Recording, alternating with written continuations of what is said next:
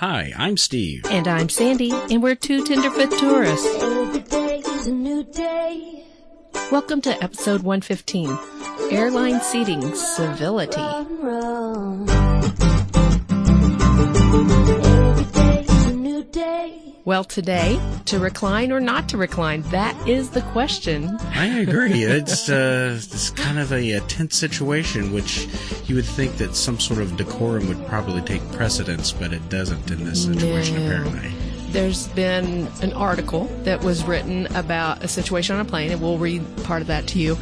But basically, long story short, is whether or not you should recline your seats in economy class. Right. Because the airlines are already adding more seats, cutting down on the space, and now you have somebody reclining. So that is the question. Laying in your lap. Yes.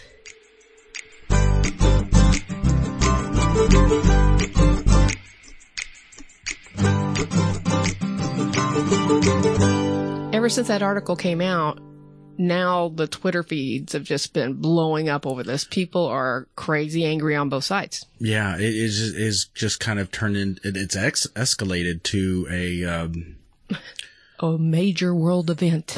You know what? It kind of, almost on the level, is that dress blue or is it white?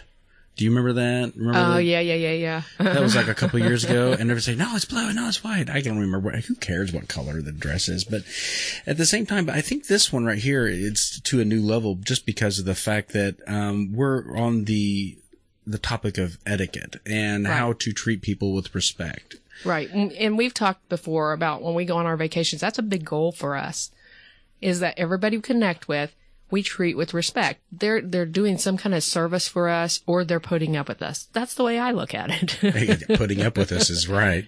But, you know, I think that, how's my voice? You sound awesome. Do I? It doesn't sound like you. It really is Steve, but he's sick. Yeah, I'm sick. So why don't you tell people the situation that everybody is in an uproar about? Well, I'll just read this little section. This kind of give you a general idea. Tell us where it's from. From USA Today Travel. Mm-hmm. It says, in a Twitter thread that's still raging a week after the first post was published, the passenger seated in front said she initially accommodated his request not to recline her seat while he was eating.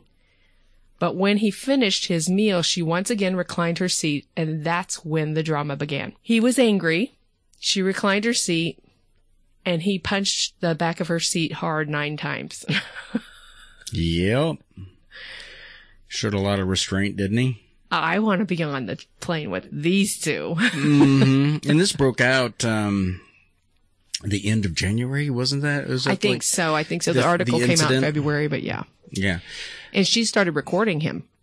Exactly. And she didn't really put a lot of kind words about the guy on there. But the thing is as soon as he started, according to the article and what she said, that he was punching her seat really stinking hard. And in the moment she started filming, it was like light tapping. Tap, little thuds. Yeah. Just enough to make you thump, so it'd drive you crazy and you put your seat up. Yeah. So I just let everybody know, if you want to read this whole article yourself, I'm going to make sure that it's in the description for the podcast.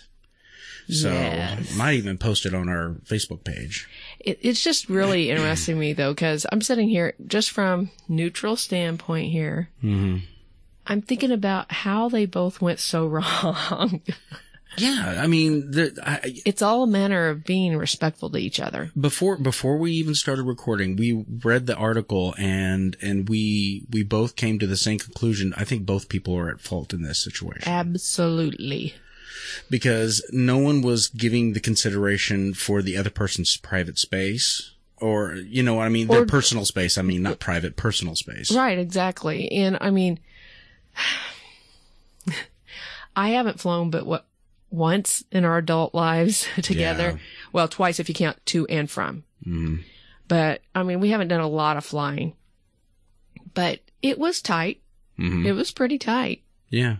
Yeah. And I mean, I'm just imagining very long at all on a plane. Right. And it being too tight in front of me at all. But anyway, I think about if somebody was laying back in my seat, how upset I'd be. And I think about feeling really claustrophobic and feeling like laying back would help me. So now I'm on the fence on this a little bit. Yeah. but there's more to talk about. Right.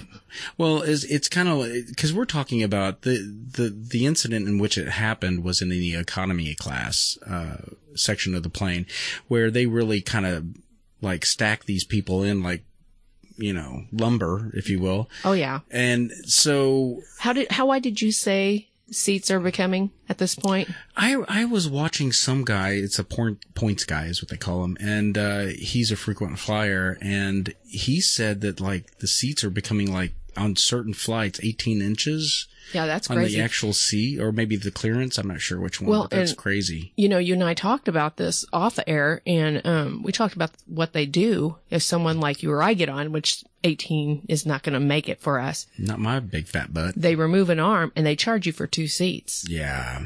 This is a ripoff, guys. I agree. I think the airlines are really digging at us really hard. I agree. Well, okay, so here we are. We're reading this article, and it all happened is did he ask her first? Is that how that works? He asked her not to lean back, or did she ask him? Okay. She had her seat leaned back during his meal. Right. That's a no-no. Okay. I thought right off the bat, you don't do that. That's how it started. Okay. You do not lean back though when somebody's trying to eat. It's rude, right? Okay. Sure. Sure, like you agree, or sure? No, I agree with you. Say whatever you're going to say. No. I agree with you. You don't lean back in somebody's food. And he asked her to set it up and to let him finish his meal. And she did, didn't she? She did. Okay. So she was respectful of that. Right. Then she put it back down again after he was done. And that's when it ensued. He just started punching the seat. Well, he hit her seat like 9 times according to the, so really hard. So my question is for you, and this is the big debate, which I really honestly thinking about it now, it shouldn't be a debate. Should she have said something just like, can I lean my seat back now? I think that would have been the simple answer. Right. I think about friends of ours that are like over 6 foot tall, 300 pounds. Mm-hmm. That little bit of space. I mean, something we haven't addressed is they don't lean back very far. No, well, I think someone said like between 2 to 3 inches. Yeah, it's not very far at all. But when your space is already so limited and it's at an angle like it is, it feels like it's really far. Yeah. And when you're a giant of a man sitting there and suddenly there's this person leaning back towards you. Yeah. It's pretty crowded. It's crowded for anybody, but if you're already a tall person, right, it's going to be rough. Right. Well, and on top of that, I think we also read in another article where one of the downsides to someone leaning back their seat in an economy class is also the fact that it forces that person behind them to actually lean back as well. Right. So it's a chain reaction. Yeah. It's this little domino effect with people getting annoyed because it's like, well, I'm on my laptop. I'm doing a crossword puzzle. I don't know. Right. But the thing is, I think you and I both discussed it, and we said that it'd probably be better if they just simply took out that element of the seats. Oh, absolutely. Backing, to be able to lean back. If the airlines really cared and really wanted to stop the debate, stop the fighting, because this is not the first time this has happened. This happens a lot, that people get angry at each other on flights over this stuff. If they really cared about the people flying, they would remove that feature. Right, exactly. And it's been proven that it's easy to do because there is actually a product out there, and I forgot what it's called. Oh, yeah. You want me to look that up? Yes, because there are people that got into it not that long back over the fact that somebody, as soon as they got in, they popped those into the seat in front of them so that the person couldn't recline into their lap. Yeah, exactly. And it made the person that had the seat that couldn't recline angry at the person behind them. Yeah, airline restrictor of some sort. Airline recliner restricting or whatever. Don't guess. You're not getting better. Sorry for my coughing. Legroom Wars, the device that stops plane seats from reclining. And what's it called? It is called, waiting for the website to pop up. Well, that could take a while. Knee Defender. Yeah. So they have something called the knee defender. And like I said, they pop it in on either side of the back of the seat in front of them, and the person is not able to recline their seat. Yeah, it hooks onto the tray that Yep. is typically used for your food. So you can't be sitting there eating or using your laptop, and suddenly this chair's leaning back over it. Mm-hmm. So I think it's a great product, honestly. It is a kind I of think a cool if product. we were flying, I'd probably say, can we get those? Yeah, I'm looking to see how much they are. Isn't that funny? They are $21.95 per pair. So 2 of them are $21. You know, I look at what happened, though, and I sit and I think about our daughter, if she went on a flight, and I think she wouldn't even be aware. She'd have no clue that it was going to be that uncomfortable for the person behind her unless it happened to her first. Right. So I think the guy needed to be a little more gentle with how he dealt with the situation. Right. You know, and I also remember hearing that the flight wasn't really all that long anyway. I heard that it was just like a 3-hour flight. If he was served food, it was long enough, though. No, that's true. That is true. How many hours do you have to be in? I'm not sure. In flight before they'd actually, you know. Okay, so, but as far as like etiquette goes, go ahead. I'm sorry. What were you saying? Before we left, I was going to say something. I was going to say, as far as from the gentleman's perspective, I know what I would have done. Yeah. From the beginning, when that seat popped back in my face, and I felt uncomfortable with it. First of all, I would have tried to just suck it up because it is what it is. It is what it is. But then if I just couldn't do it. I would have leaned forward nicely and said, ma'am, I'm really sorry to inconvenience you. Yeah. But is there any way you could keep your tray, keep your seat in an upright position?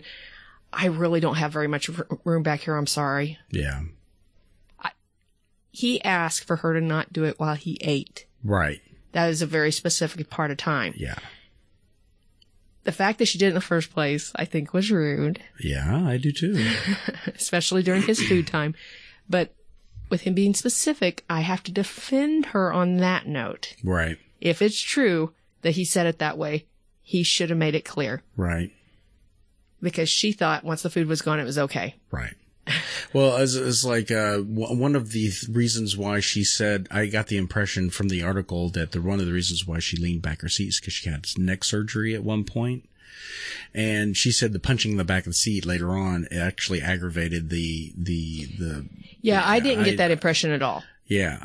What you just said, I totally disagree with. Really? Okay. Yeah, I don't think she implied that at all. I think she implied that he re-injured her. He re-injured her. I'm sorry. Not that she was sitting back because she needed it because she had had surgery in the past. The only thing I heard was that she was finishing a teacher's conference. Right. And was on her way back home from that. Right. Well, in the article, she did say that she had neck surgery, yes, right? Okay. But that's when she was claiming she's injured. Right. Well, the thing is, okay, my question is, let's say, let's just say that you had neck surgery. One of the things that you'd probably make sure that you have on the plane with you is a neck pillow, right? Something to help me be more comfortable. Yeah. I mean, that would be something. I mean, I almost a year ago, I had my shoulder surgery, and I know now if my arm is going to be uncomfortable in a position to take something extra. When we went in November for our trip to Panama City, I purposely took a pillow to keep under my arm because if it hangs, it still gets achy. Right. You just have to plan ahead. Right. Not in a way that inconveniences everybody else. You are correct. And, I think that's what's missing in this world nowadays is that people are more self-centered and they don't really consider. Okay, how many times have I told you, whenever I first started driving a truck for a living, right? One of the things that truck drivers. I know what you're going to talk about. No, it started off when I first drove. It's like there was a lot of consideration, for other truck drivers, and they looked out for each other, and they, it was a family, if you will. But here in the last 8 years, maybe 10 at the very max, the me first mentality has really taken over. My goodness! I don't know how many times I've been on the phone with you, and you're just so mad because you were talking to me. I'm telling you, he was talking to me while I was sitting still in line, folks. But he was sitting there talking to me because he's waiting to get fuel. Yeah. He's on a time clock. He needs to get fueled and get gone. Right. He's waiting to get fuel behind a truck that is fueled and is empty because the guy decided to go in and have dinner with his truck sitting at the pump. This is no joke either. And it happens all the time. Rule of thumb is you pull into the station, you fuel up, and you pull forward, giving the time for another truck to pull in and refuel at the same time while you go inside and pay for your fuel or go to the bathroom and come back out. Because by the time he does all that and gets back to his truck, you're done. You're ready to pull forward, thereby giving the person behind you waiting to fuel up to pull into the station and actually fuel their truck. They don't care. I can't count how many times I have pulled up to a station. All the lanes are full and they park in there in order to go inside and go to the bathroom. Yep. And the point is... Not the is, fuel. Yeah, the whole point we're making is that people need to quit thinking only inside their little box they live in. They need to look outside of it and think, how do I affect those around me? Right. And be considerate. Yeah, I don't know where the disconnect actually started happening. Do you? I mean, it doesn't make a lot of sense to me. I don't, but walk through a Walmart. You're trying to push a cart. People run into people they know. They just stand in the middle of the aisle. It is so true. And you're like, I'm sorry, excuse me. The aisles are even more narrow nowadays, aren't they? Which makes my point exactly. Yeah. They need to move to a better spot. Yeah. It's inconsiderate behavior, and that's the problem we're dealing with both sides of this argument today. Yeah, I agree. I mean, it's I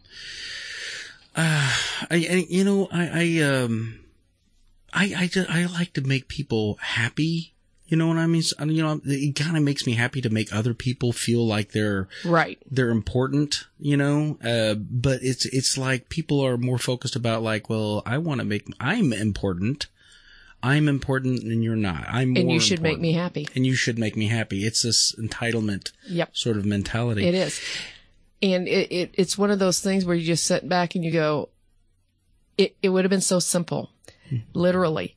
Ma'am, would you care not to do that? Or back it up further. Mm-hmm. Sir, I was thinking of reclining my seat. Will that make you uncomfortable? Mm-hmm. Mm-hmm. It could have stopped right there. Real easy. Because he could have said, I'd really rather you don't. Thank you so much for asking. And it could have been over with. Right. Exactly. If she was considerate at that point. But no, she didn't think that far. Like I said, maybe it's like with Olivia. I don't think Olivia would have thought about the fact that there's people behind her. A lot of people don't, and it's not because they're jerks. Right. It's because they're excited they're flying. Well, you know, it's kind of like, that could be possibly true, or the reason why she never said or asked why she could, if she could move her seat back again, is because she knew that he would say no. Well, I'm not at that place yet. I'm at the place where she should have asked in the first place. Oh, okay. I think that's just considerate behavior on her part, but that's the part I'm defending. Yes. That she may not have asked because she may have just thought, oh, I'm on my way home. This is wonderful. Right. Recline my seat. Recline your seat at all. Right. It's very uncomfortable for me. And it might have nixed it there. So that's a couple of different levels of where this could have stopped at. Right. But he made the mistake of saying, if this is true, again, we're taking her word for it. Right. He made the mistake of saying, while I'm eating. Mm-hmm. And that was, on his part, wrong. He should have been more clear. Yeah. And I don't know how he asked her. She did not imply that he was rude when he asked her. No, she didn't. So I'm going to assume he was not. Right. Just from what I saw in the article. Right there, him asking was a polite thing to do. Mm-hmm. He should have just been more clear. I agree. Right? So if he would have been more clear, it could have ended there if she's a polite person. I agree. Go ahead. But then it didn't. Because she did exactly what he had said. She put it up till he finished eating. Then she laid it back. At this point, she thought it was okay because he didn't say, can you please not lay the seat back? Yep. I, again, am not defending her for having her seat back. I'm just saying that you got to think of it from that perspective. No, I agree. And when he got angry, he could have handled it better. He could have leaned up and he said, ma'am, I'm so sorry. I should have been more clear. Please don't recline your seat. It's making me feel very claustrophobic back here. It's really crowded. Right. I really appreciate it. And it could have possibly been over again. But no, he sat back there and punched her seat over and over again. Which is, okay, personally, that's very immature. And a little scary. With the day and age we live in, for someone to be acting that violently aggressive, then I did it. For someone to be acting that violently aggressive on a closed-in airplane. Yeah, of all places. That's not good. No. And frankly, he should be in trouble over it. Yeah, because in all honesty, they're both responsible. If there was an escalation, then that they'd be both held responsible for that. Absolutely. That escalation. Absolutely. I just think, I just keep laughing. Mm-hmm. And it's not because it's funny, because if that happened on a flight with me, I would be so upset. Oh, yeah. But they're both totally at fault. Totally at fault. I agree. And now, go ahead. Oh, go ahead. You had something to say. No. Go ahead. I was going to say, that being said, if you were flying economy, would you recline your seat?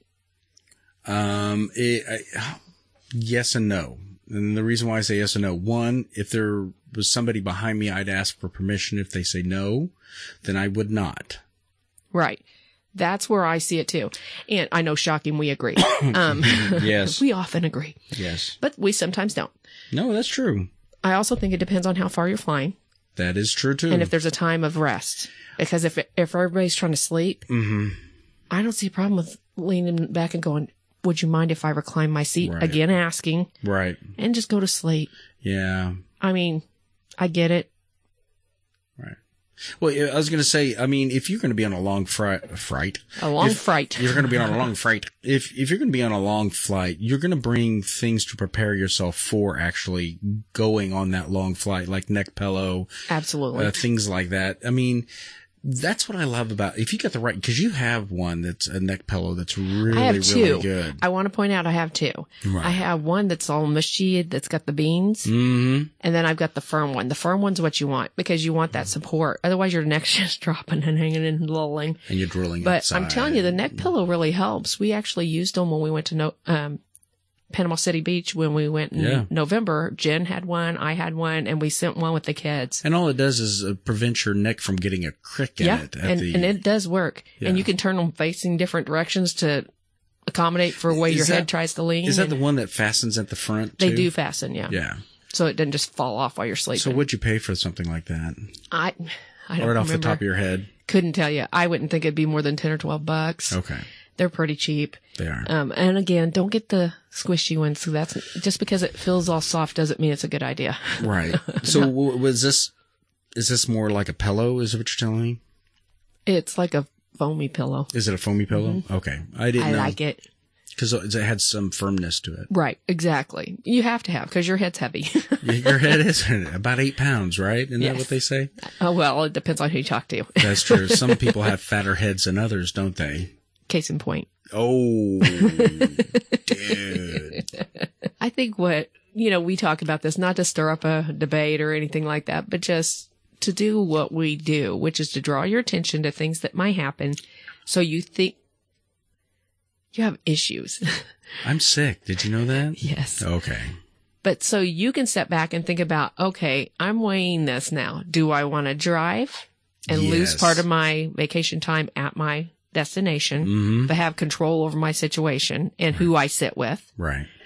Or do I want to fly and have, who knows, death in family or just visiting family? Yeah. And to be aware of those situations, because you don't know everybody has a life of their own. Everybody has something. But the thing is that if you respect other people's lives just as much as you respect your own, I don't see why can't we all just get along? Why can't we all just get along? And you really do make a very good point. The difference between, if you're going on vacation, the difference between land vacation and going on like a cruise or things, or going to all inclusive, things like that.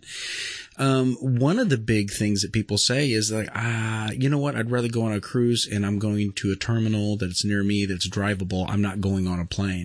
Yeah, a lot of people say that. Regardless, because one, that's an added expense. Well, and two, you have to put up with other people, which goes contrary to what we're saying is get along with other people. And also you have to deal with all the hoops you have to jump through when you're going to fly. That is because true, you have to have specific size bottles of your shampoo. Yeah. And are limited on how much you can carry on. And there's so many limitations. You're driving yourself, you throw it in the truck. Yeah, pretty much.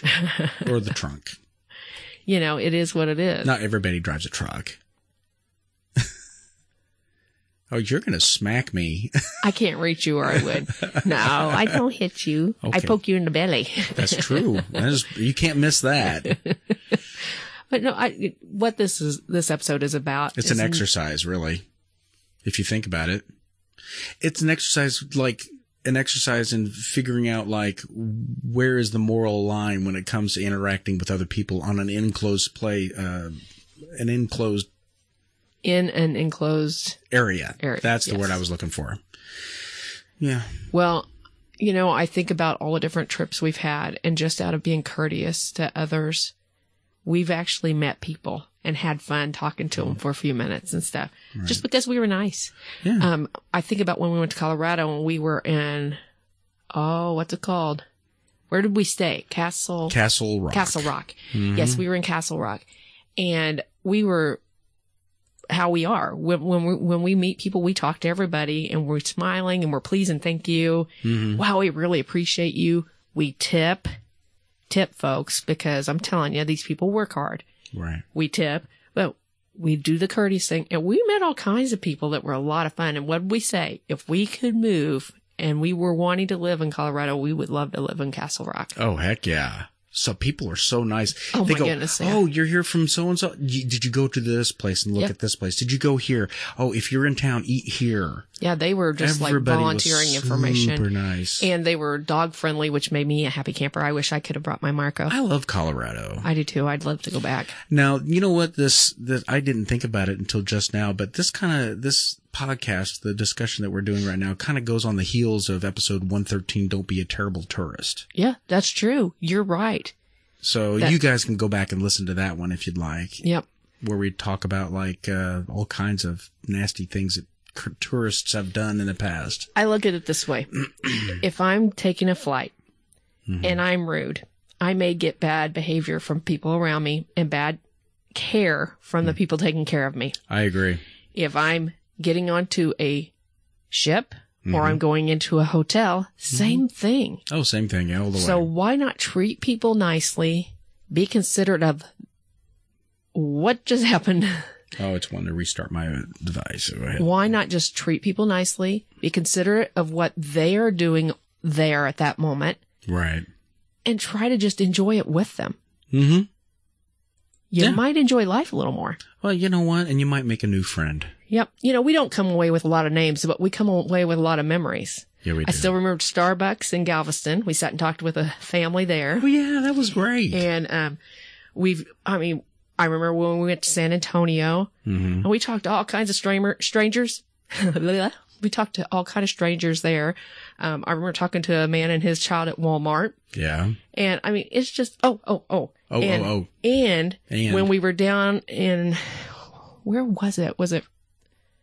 Where did we go on vacation in Florida a few years back? Just me and you for a couple of days. Pompano Joe's and stuff was there. Oh, it was, sorry. He did it again. I did. Destin, Florida. Yes. When we were down in Destin, we went to that little restaurant that was a hole in the wall off the, you know, you had to go in a little bit. And it was the one that had picnic tables, and you waited, standing until there was an opening, and we let people sit. Yes. And we let people sit with us and we talked to them. It was the greatest experience. It was. You had that little girl and her dad sitting there, and we just gave them a place to sit right next to us so they could eat. You know, if we spent more time trying to get to know each other and just laugh and have fun together, we'd have a lot better time. You know what? We all live in this world together. Might as well make the best of it, right? That's right. Yeah. I'm stuck with you. Wow. I'm just going to let you know I'm happy to be stuck with you. I'm happy to be stuck with you, too. 25 years last December, and I'm proud. Yeah. I know. Feels like forever and feels like just yesterday. So I've known you all my life. Yeah. Yeah. Well, and the forever is not a bad thing. No, it's not. I always say it's really funny how I can feel like I've never been without you. Uh-huh. but I feel like we haven't been together very long. It's kind of funny like that. It's kind of funny if you think about it, because, how often have you and I discussed that you have these couples who say it's like, I need to get away from my wife. I need to get away from my husband. I'm glad he's going back to work. Yeah. And I don't get that. I want to spend every waking moment with you. Yeah, we're kind of weird like that, I guess. Yeah. Be weird like us. Be weird. Come on, join the weirdness. But anyway, you know what? I think that wraps up a wonderful episode. I hope I don't know. What is the end goal? What is the end game of this? Just think through your decision whether you think you should fly. Yeah. And be nice. Don't presume the other person has ill will towards you. Right. Don't presume that automatically. Assume the better. Right. Just be nice. Be nice. Be nice. And it's sad that that's turned into some sort of crazy, angry debate. Yeah, and this will probably go on for weeks. And it's silly and ridiculous that this is important right now. Right. Yeah, and you know what? Everybody's temper gets the best of them. But you know what? It should be less than more. Yeah, absolutely. And I understand. You're having a bad day. I have them too. But you know what? There's nothing like someone having a friendly smiles that make the day seem better than they were before. Absolutely. So, you know what? I think this was another great episode. Of course it was. Excellent episode. Listen, thank you everyone for listening to episode number 115, Airline Seating Civility.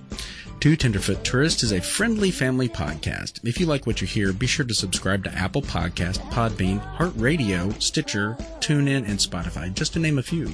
To get in touch with us and chat about this podcast or even your travel experiences, simply email us at tenderfoottourists@gmail.com or follow us on Facebook and Instagram. And don't forget to check out our website at tenderfoottourists.com. That's TWO tenderfoottourists.com. I'm Steve. And I'm Sandy. Until next time. Stay tender.